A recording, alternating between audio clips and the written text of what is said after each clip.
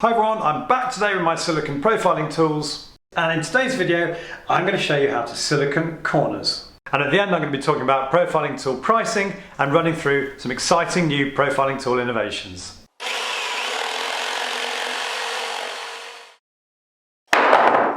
So I'm doing this video today because my original siliconing video, which I did 2 years ago now, which has had a bonkers number of views, can't thank you all enough for that. The one glaring omission in that video was I didn't explain the process of siliconing corners.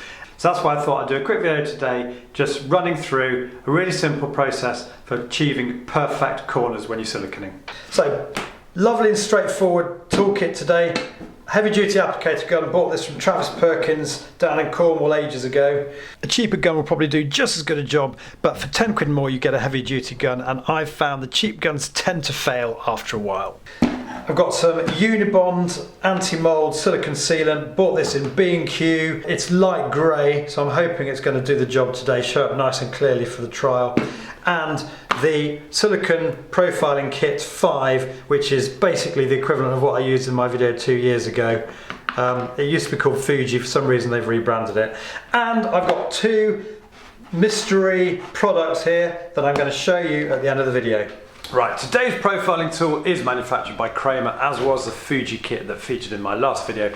I should point out that I'm not being paid anything by them to do this video. They don't actually even know that I'm doing it. Just so happens that I got sent a few of these kits when my last video started gaining a bit of traffic, so it makes sense to use them in this video. But I will be referring during the video to all sorts of other profiling tools and other innovations. So let's run through what happens if you try and silicone a corner the wrong way. You don't need a massive profile when you're siliconing. I outlined all this in my previous video, but you just want to overlap the edge of the joint by a couple of millimeters each side. However, for today's video I'm going to be using this 8mm profile because I want to make the silicone bead as exaggerated and large as possible for the purpose of the demonstration. Now, those of you who've watched my original video will know that rather than cutting at the diagonal as they're encouraging you to do on this nozzle, I'm going to cut directly at 90 degrees across the nozzle. So a couple of key points about why we cut the nozzle at 90 degrees. Point number one of the features of this tool is obviously it has these different thicknesses of profile. You need to squeeze out a bead of silicone which pretty much exactly, if slightly wider, matches the profile of the tool, so that when you drag the tool across the silicone, you're taking away a precise amount of silicone to leave a lovely clean line behind. You can't guarantee this if you do a diagonal cut on the nozzle. Point number two, by cutting the nozzle at 90 degrees, you're giving yourself the best possible chance of forcing comprehensively as much silicone as possible into that joint without leaving any gaps. By cutting the nozzle at a diagonal and dragging the silicone along the joint, there's more chance you're going to leave gaps at the side of the joint, which is fine if you're tooling it straight away, but is a disaster if you're one of these people who insists on using a detergent spray as part of the process. Because the spray gets into the gaps, stops the silicone adhering, and the joint has failed before you've even finished it. How do you get the thickness of the nozzle right? Well, the best way to do this is trial and error. Experiment on a small area of joint, because the great thing about this tool, if you get it wrong, you can simply remove it with the right angle profile. And you'll know you haven't quite got it thick enough when you draw the tool along, it's missing sections of the joint. And in the perfect scenario, you want to end up with a nozzle that's very slightly wider than the profile you're using. So when you're doing a corner, you should always start with the vertical joint. We're pushing the silicone into the joint like so, and then using the tool, we're dragging it along the silicone to smooth it out beautifully. And this is the power of this tool. It produces such effortlessly straight lines. We can then clean off the residue with a bit of tissue. Ready for the next run. So far so good, but this is where everything tends to go wrong. Because at this point we think, right, let's proceed with the horizontal lines. So we start with this one, and then we do the next one. So this is where it gets quite tricky, because you've now got to somehow tool it round the corner whilst maintaining the vertical, the lovely clean lines of the vertical joint you've just tooled. I'm going to start from this edge and scrape that out. It's not quite adhered in the corner, so I do a little bit more.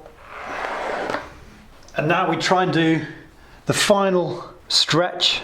The problem we've got is by getting close to the edge to try and drag it around the corner, we end up interfering with the vertical run, which we then try and tidy up after the event. And you start to get yourself into a bit of a mess. Now you might say that looked quite good, why did you need to do that? Well, I wanted to make it look as perfect as possible, but suddenly you can find yourself in a real mess, which is such a shame because you've got these fantastic clean lines until you get to the corner. And then if you're really unlucky, you'll keep tooling it, and after it's skinned over, after a few minutes, it'll start to make juddering sort of shapes across the surface of what was previously a lovely clean straight line. So using the clever little right angle tool, I'm going to remove all that silicone we put on. This is why it pays to experiment, because when you can remove it that easily, why not practice on a small area before you start? So we're going to do the vertical section again. And now we're going to tool that up. And what I'm doing now is I'm just going down to the bottom and scraping it away from the corner, so that we've got a lovely clean line to start the horizontal sections.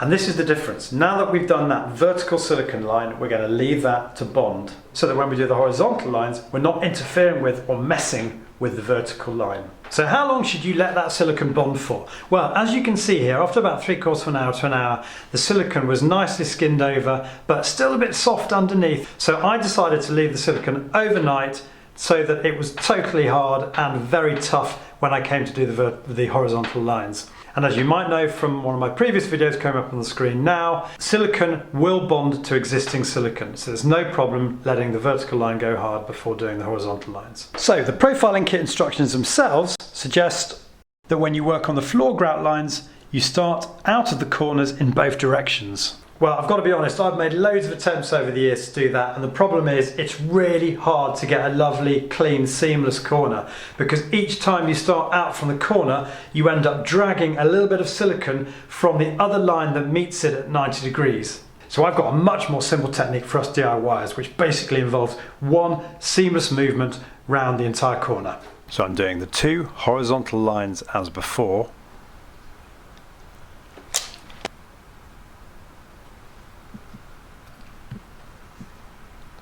But this time I'm taking the tool and I'm going all the way around the corner in one seamless movement.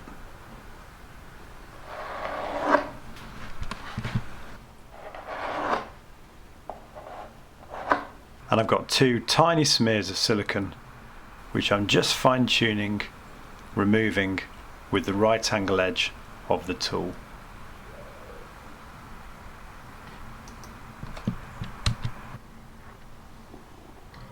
You end up with a corner which, whilst not perfect, isn't far off.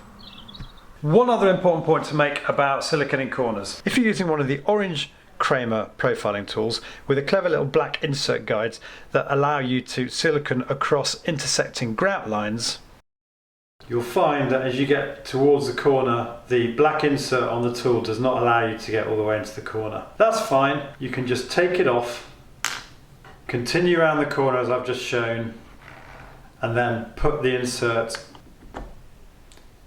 back onto the tool to continue with the line. Now, I mentioned at the start of this video that I had a couple of other interesting tools to show you.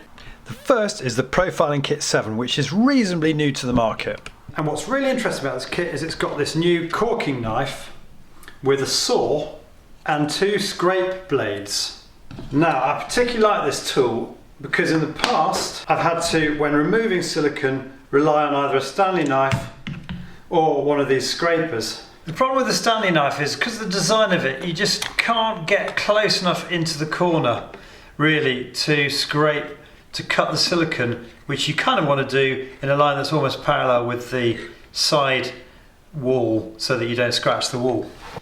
You've got a similar issue with the scraper that's just totally at the wrong angle. So in the past I've had to often make do by taking the blade out of the tool, which I wouldn't recommend to anyone, to get it into the right angle to start cutting away at the silicone. But this tool is much better. It gets much closer to the edge and you can see just how effective it is at scoring away the old silicone.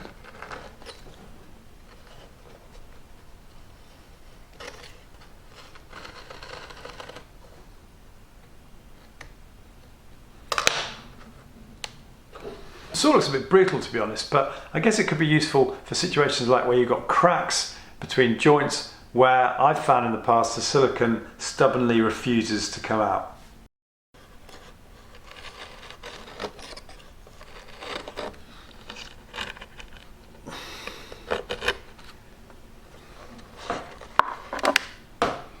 The manufacturer does say it's not advisable to use this tool on acrylic or synthetic surfaces, which are obviously so easy to scratch.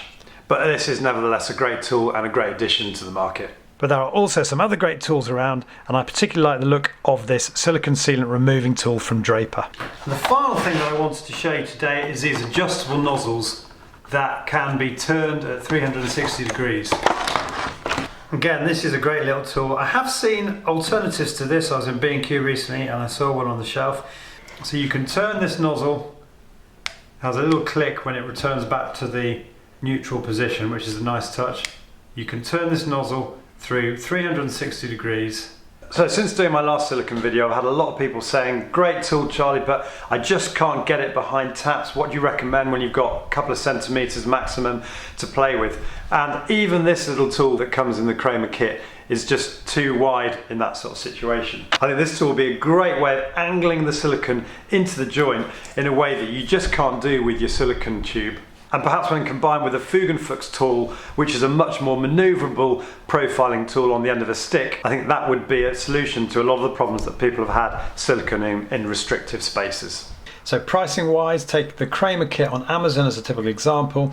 You've got the kit 5 for $16.95 and the kit 7, which has the additional corking blade tool at $18.50 and a more basic kit for $11.45. I know in the States the kit is more expensive. We've got an example here, $26 for the Profile Kit 5. The Profile Kit 7 with the additional grout knife has not hit the States yet. You can get the Profiling Kit 5 at the Home Depot store for $25, slightly cheaper than Amazon.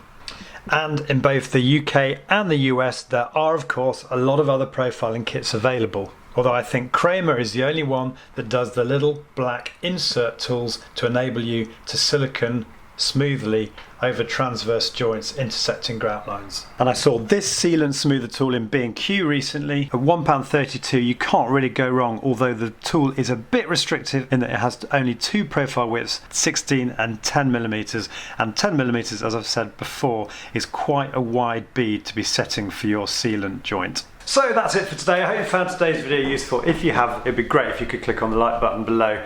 As usual, details of all the tools I've used in today's video will be in the description at the end of the video, which don't forget you can locate on your smartphone by clicking on the little arrow to the right of the title, and on your PC by clicking on the show more button. If you've got any comments or questions, please leave them in the comments section below. It's always great to hear from you. And as I always say, if you're new to my channel, it would mean so much to me if you were to subscribe, and you could do that by clicking on the link here.